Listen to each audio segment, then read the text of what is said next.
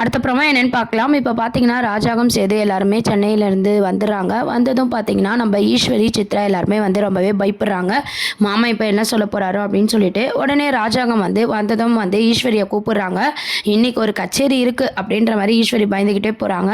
என்ன ஈஸ்வரி என்ன நினைச்சிட்டு இருக்க? யாரை கேட்டு நீ வந்து அழகர தூக்கிட்டு வந்த? அதனால தான் மீனாட்சியை இன்னைக்கு தமிழ் வந்து தூக்கின்னு போயிட்டா. இதனால சேது எவ்வளோ வருத்தப்பட்டான் தெரியுமா? அப்படின்ற மாரி ரொம்ப கோவமா பேசிட்டு இருக்காங்க.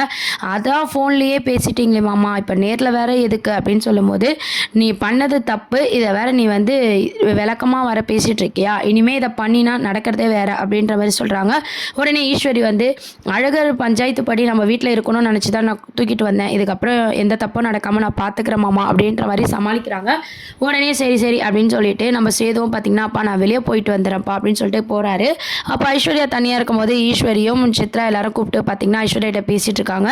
அப்போ ஐஸ்வர்யா என்ன சொல்கிறாங்கன்னா, என்ன இப்படிலாம் நீங்கள் பண்ணுவீங்க நான் நினைக்கவே இல்லை, எதுக்கு இப்படி பண்ணீங்கன்னு சொல்லும்போது, ஏன்டி கேட்க மாட்டேன், என் அண்ணன் பொண்ணு நல்லா வாழணும்னு சொல்லி உனக்காக பிளான் போட்டு பண்ணா, இப்படிலாம் பண்ணாவாது நீயும் சேதுவும் தனியாக இருப்பீங்கன்னு நினச்சி பிளான் போட்டால் கடைசியில் அது எனக்கு எதிராக திரும்பிடுச்சு.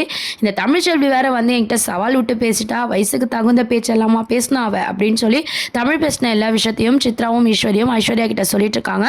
இந்த அளவுக்கு நான் அசிங்கப்படுறதுக்கு காரணமே நீ சேது கூட சந்தோஷமா வாழணும் தான். உன் வாழ்க்கை ஆரம்பிச்சியா இல்லையா? போன இடத்துல என்னதான் நடந்துச்சு அப்படின்னு சொல்லி ஈஸ்வரி கேட்குறாங்க. உடனே நம்ம ஐஸ்வர்யா என்ன சொல்கிறாங்கன்னா, அதை ஏன் கேட்குறீங்க?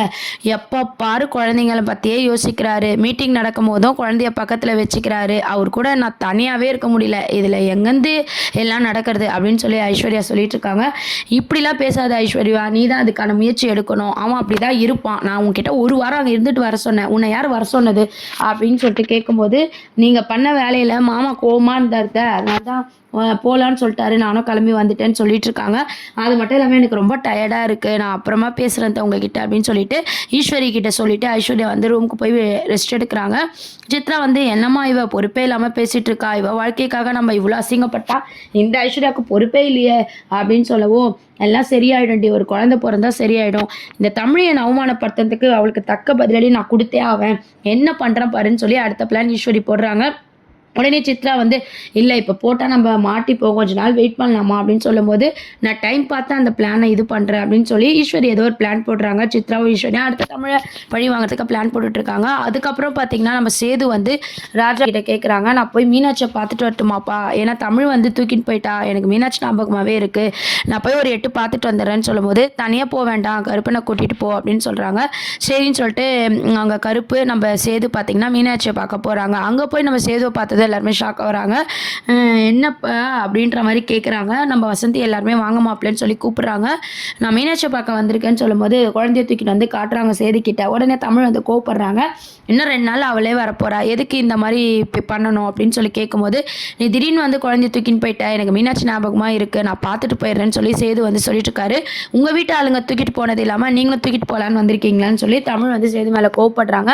என் வீட்டு ஆளுங்க பண்ண தப்புக்கு நான் மன்னிப்பு கேட்டுக்கிறேன், இந்த மாதிரி நடக்கும் நான் நினைக்கவே இல்லை, அவங்களும் தெரியாமல் தான் பண்ணியிருப்பாங்கன்னு சொல்லி ஈஸ்வரிக்கு சப்போர்ட்டாக சேது பேசுகிறாரு. இதெல்லாம் பார்த்து தமிழ் ரொம்பவே கோவப்படுறாங்க. என்னது அவங்க சும்மா பண்ணாங்களா? இந்த லெட்ரு அவங்க தான் எழுதி வச்சாங்க, இந்த லெட்டரில் என்ன எழுதியிருக்காங்க பாருங்கன்னு சொல்லி தனத்துக்கிட்ட போய் அந்த லெட்டரை எடுத்துகிட்டு வர சொல்கிறாங்க. தனமும் எடுத்துகிட்டு வந்து சேதுக்கிட்ட கொடுக்கும்போது அந்த லெட்டரை பார்த்து ஈஸ்வரி பிளான் பண்ணி தான் பண்ணியிருக்காங்கன்ற விஷயத்த வந்து சேது வந்து தெரிஞ்சுக்கிறாங்க.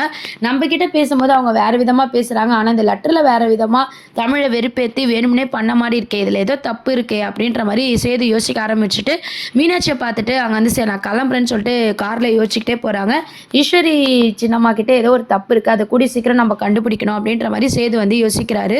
அது மட்டும் இல்லாமல் எல்லாமே அவங்க சொல்கிறத தான் நம்ம கேட்டுட்ருக்கோம் அப்படின்னு சொல்லிட்டு ஒவ்வொரு விஷயமா இது வரைக்கும் நம்ம ஈஸ்வரி பேச்சை கேட்டது, கிரெடிட் கார்டு கொடுத்தது, ஐஸ்வர்யா போட்டைக்கு வாங்கினது, எல்லா விஷயமும் பார்த்திங்கன்னா நம்ம சேது ஒன்றே விடாமல் அந்த காரில் யோசிச்சுட்டு போகிறாங்க. ஏன்னா அந்த லெட்டரில் முழுக்க முழுக்க தமிழ்ச்செல்வியை வெறுப்பேற்றுற மாதிரி இருக்குது. ஆனால் சேதுக்கிட்ட சொன்ன விஷயம் வேறு மாதிரி இருக்குது. சேதுக்கிட்ட என்ன சொன்னாங்கன்னா, பஞ்சாயத்தில் உங்கள் அப்பாவை தலைக்குறைவாக பேசிட்டா, அதனால தான் மாமா மேலே இருக்கிற அக்கறையில் தான் நான் இதெல்லாம் பண்ணேன்னு என்கிட்ட சொன்னாங்க. ஆனால் இந்த லெட்டருக்கும் அவங்க சொன்னதுக்குமே சம்மந்தம் இல்லை. ஸோ ஈஸ்வரி அவங்க அவங்க வந்து பிளான் பண்ணி தான் எல்லாம் பண்ணியிருக்காங்கன்னு சொல்லி சேது யோசிக்கிறாங்க. உடனே கருப்பு கேட்குறாரு, என்ன மாப்பிள்ள என்ன யோசிச்சுக்கிட்டே வர அப்படின்னு சொல்லிட்டு, இல்லை மாமா எனக்கு சின்னம்மா பண்ணுறது எதுவுமே சரியாக படலை.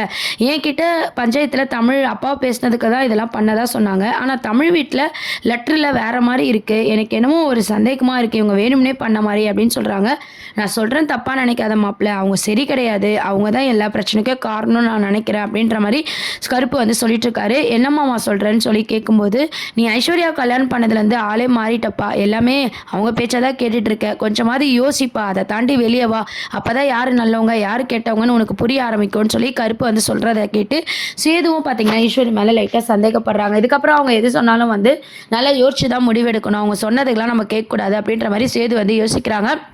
வீட்டுக்கு போனதும் வந்து சேது வந்து அமைதியாக இருக்காங்க. நம்ம ஈஸ்வரி வந்து என்னப்பா குழந்தைய பார்த்தியா, குழந்தை நல்லா இருக்காளா மீனாட்சி அப்படின்ற மாதிரி சும்மா விசாரிச்சுட்டு, ஐஸ்வர்யா கூட ஒரு வாழ்க்கையை எப்படிப்பா வாழ ஆரம்பிப்பேன் அப்படின்ற மாதிரி அந்த டாப்பிக்கை மறைவாக இழுக்கிறாங்க. அப்போ நம்ம சேது கோவப்பட்டு, இது என் வாழ்க்கை சின்னம்மா, நான் பார்த்துக்கிறேன், எனக்கு சும்மா நீங்கள் அட்வைஸ் பண்ணாதீங்க அப்படின்ற மாதிரி கோவமாக பேசிட்டு அங்கேருந்து போகிறாரு. ஏன்னா அந்த லெட்டரை அவர் படித்ததுனால ஈஸ்வரி மேலே ஏதோ ஒரு தப்பு இருக்குன்றதை சேது புரிஞ்சுக்கிட்டு, இவங்க சொன்ன எல்லாத்தையும் நம்பக்கூடாது அப்படின்ற ஒரு புரிதலோட வந்து சேது இருக்காரு. கருப்பும் பார்த்தீங்கன்னா ஈஸ்வரி சரியில்லை அப்படின்னு சொன்ன விஷயத்தையும் நம்ம சேது யோசிக்கிறாங்க.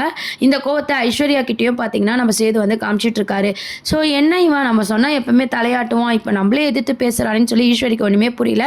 சேது நம்ம ஈஸ்வரி கிட்ட கோவப்பட்டதெல்லாம் பார்த்தீங்கன்னா சாவித்ரி அங்கே இருக்கிறவங்கலாம் வந்து பார்க்குறாங்க.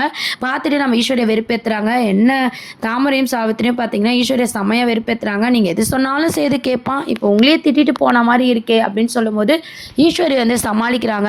அப்படிலாம் ஒரு திட்லியை சேது, நான் போய் டயர்டாக இருக்குது ரெஸ்ட் எடுக்கிறேன்னு தான் சொன்னாங்க அப்படின்ற மாதிரி ஈஸ்வரி சமாளிக்கிறாங்க. நான் தான் எல்லாத்தையும் கேட்டேனே, இது என் வாழ்க்கை என் விஷயம்னு சொல்லிட்டு போச்சுல, நான் தான் எல்லாம் கேட்டேன் அப்படின்ற மாதிரி சாவித்திரி வெறுப்பேற்றிட்டு இருக்காங்க. என்ன இது சேதோட கேரக்டர் மாறிக்கிட்டே வருது, நம்ம பேச்சை கேட்குறவனா இருக்கிற வரைக்கும் தான் ஐஸ்வர்யா வாழ்க்கைக்கு கேரண்டி. இவன் கொஞ்சம் கொஞ்சமாக தமிழ் பக்கம் போனால் நம்ம பண்ண தப்பெல்லாம் கண்டுபிடிச்சிட்டா நம்ம இந்த வீட்டிலே இருக்க முடியாது. ஐஸ்வர்யா மட்டும் இல்லை, நம்மளும் இந்த வீட்டில் இருக்க முடியாது.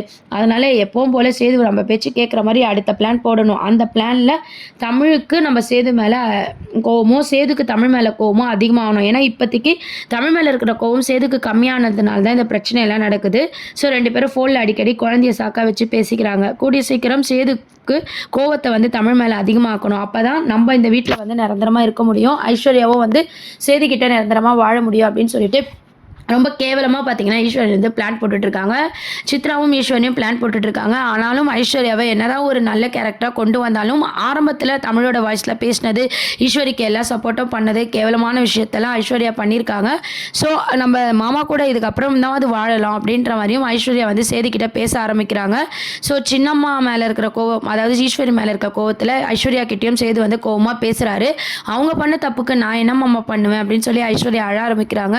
சரி ஐஸ்வர்யா, நான் தப்பாக பேசியிருந்தேன், நான் மன்னிச்சிடு, சின்னம்மா மேலே எனக்கு கோவம், அதை நான் உன் மேலே காமிச்சிட்டேன், என்னை எதை தப்பாக எடுத்துக்காதுன்னு சொல்லி ஐஸ்வர்யா சமாதானம் பண்ணுறாங்க. அதுக்கப்புறம் பார்த்தீங்கன்னா நம்ம அழகர் வந்து அழ ஆரம்பிக்கிறான். ஸோ அதனால் வந்து வீடியோ கால் பண்ணி நம்ம தமிழ்கிட்ட பேசலாம், நம்ம மீனாட்சியை காட்டினா அழகர் வந்து அழைய நிறுத்திவான் அப்படின்னு சொல்லிட்டு ஃபோன் பண்ணுறாங்க. இதெல்லாம் பார்த்து ஐஸ்வர்யா ரொம்பவே கடுப்பாகிறாங்க. இதெல்லாம் தான் அடுத்த அப்கமிங் ப்ரமோவாக இருக்குது. இப்போதைக்கு நம்ம ஈஸ்வரி மேலே ஒரு சந்தேகம் வந்திருக்கு. இது எந்த அளவு சேது எடுத்துகிட்டு போய் உண்மையை கண்டுபிடிப்பாரா அப்படின்றதெல்லாம் வெயிட் பண்ணி பார்ப்போம். நிறைய அப்டேட்ஸ்க்கு சேனலை சப்ஸ்கிரைப் பண்ணுங்கள். தேங்க்யூ.